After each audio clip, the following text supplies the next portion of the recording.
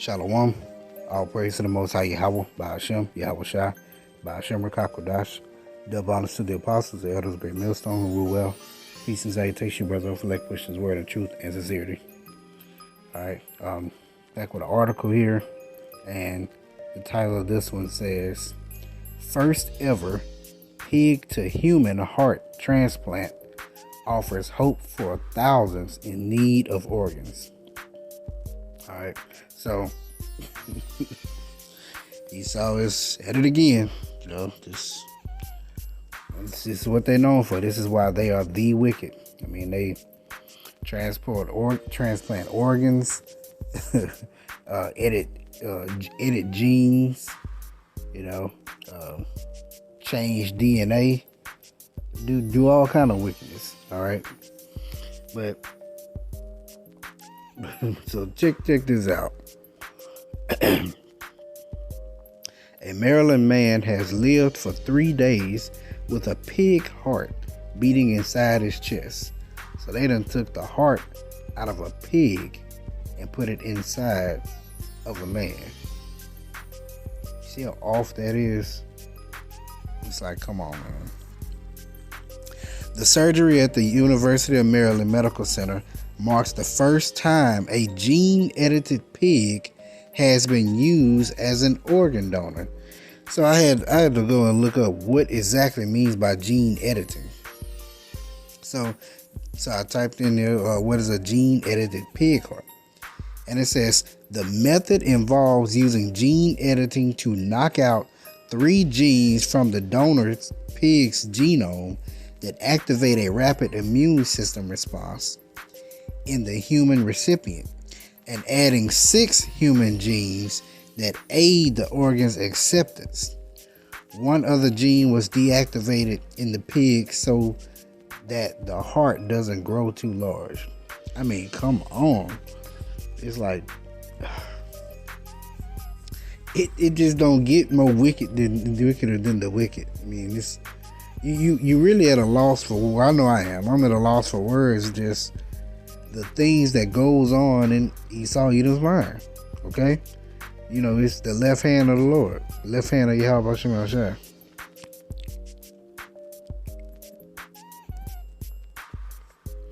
All right, Miss says,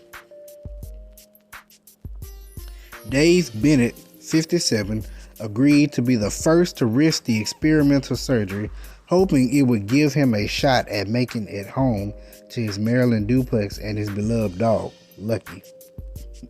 You hear this story? So he's doing this in hopes of getting home to his duplex and his dog, Lucky. It's like, come on, man. You can't make this shit up. I mean, this is nothing short of a miracle. Remember that word, miracle. His son David said Sunday, 2 days after his father's life-extending surgery. That's what my dad needed, and that's what I feel like he got. A pig heart. In the 9th hour, surgery doctors replaced his heart with one from a 1-year-old, 240-pound pig gene-edited and bred specifically for this purpose.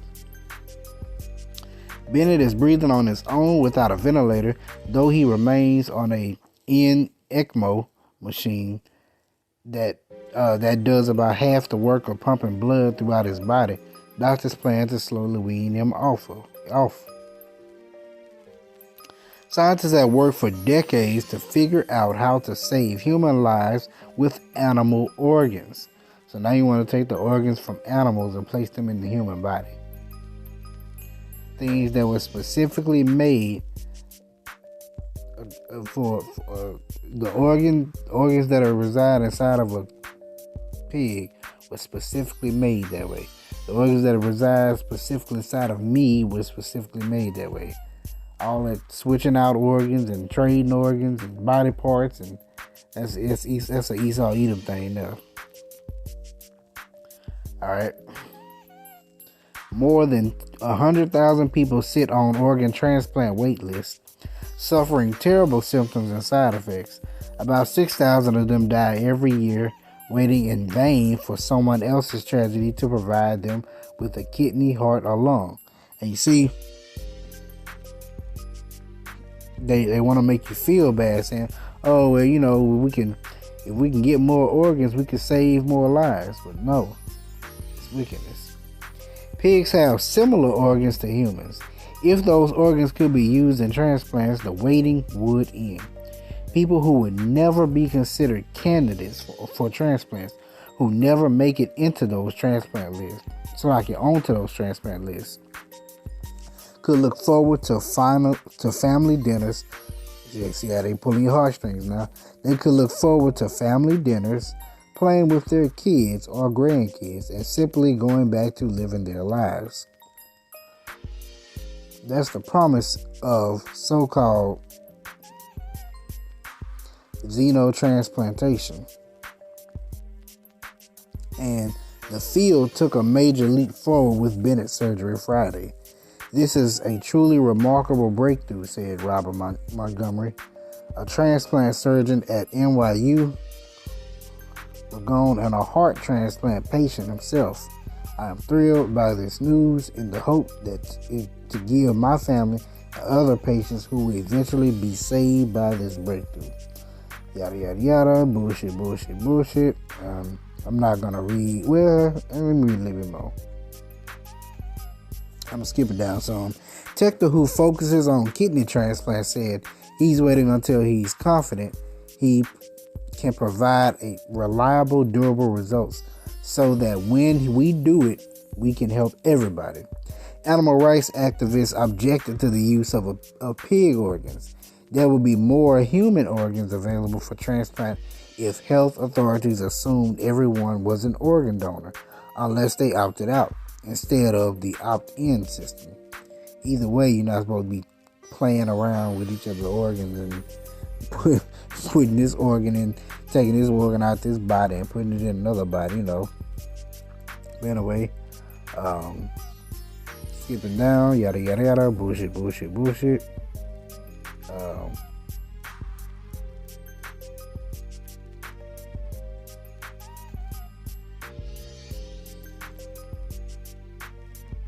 That's good enough on there. I'm just gonna get to the scriptures because ain't too much else to really go into that. All the rest is just really bullshit.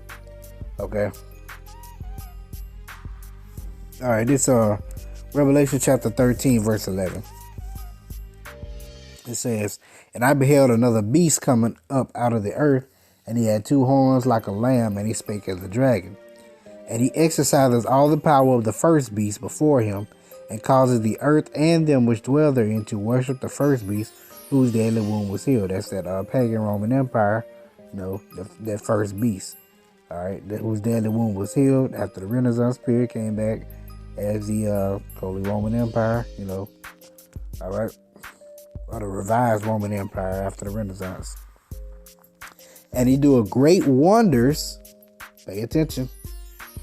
Verse 13, "And he doeth great wonders, so that he maketh fire come down from heaven on earth in the sight of men, fat man and little boy." Okay. Hiroshima and Nagasaki, made fire come down. But check this out, verse 14. "And he deceiveth them that dwell on the earth by the means of those miracles which he had power to do in the sight of the beast." Okay, and those miracles, organ transplants, bionic arms, C-hip implants,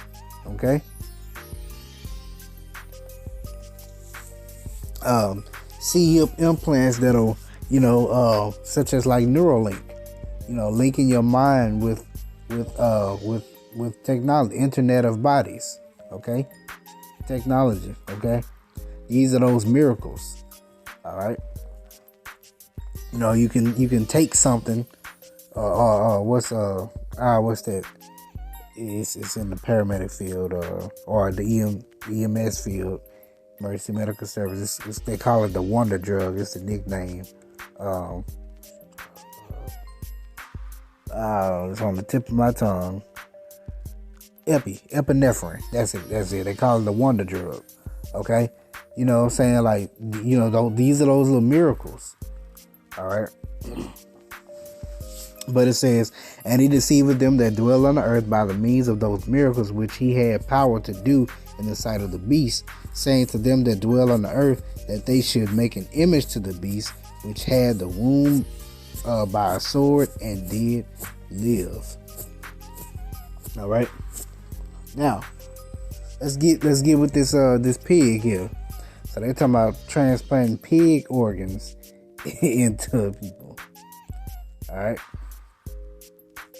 We know that the swine is unclean. Matter of fact, let's get that real quick. Leviticus chapter 11.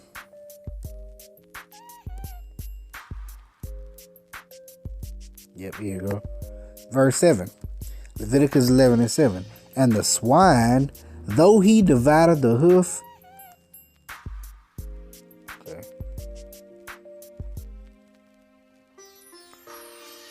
I'll start at one so you kind of get the point.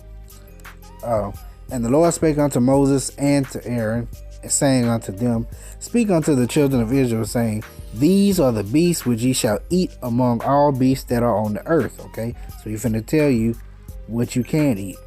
Whatsoever parteth the hoof and is cloven footed and cheweth the cud among the beasts, that ye shall eat. So we got to part the hoof and chew the cud. All right, part the hoof, chew the cud, and cloven footed. All right. Verse 4, nevertheless, these shall ye not eat of them that chew the cud, or of them that divideth the hoof, as the camel, because he cheweth the cud, but divideth not the hoof, he is unclean unto you.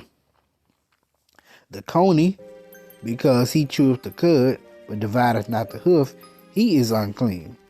The hare, the rabbit, because he cheweth the cud, but divideth not the hoof, he is unclean unto you. And the swine, though he divided the hoof and be cloven footed, yet he cheweth not the cud, he is unclean unto you. Simple as that. Matter of fact, verse 8, of their flesh shall ye not eat, and their carcass shall ye not touch, they are unclean to you. So you're not only not supposed to eat them, but you're not even supposed to touch it. You know what I'm saying? Because when you do, you'll be unclean, you know, for a period of time until that evening. All right, if you touch it. Now imagine taking that unclean beast, an organ from that unclean beast, and permanently asphyxiating it into your body, permanently implanting that into your body. That don't make sense at all. That's the dumbest shit ever. All right, I'm gonna skip down to verse 26.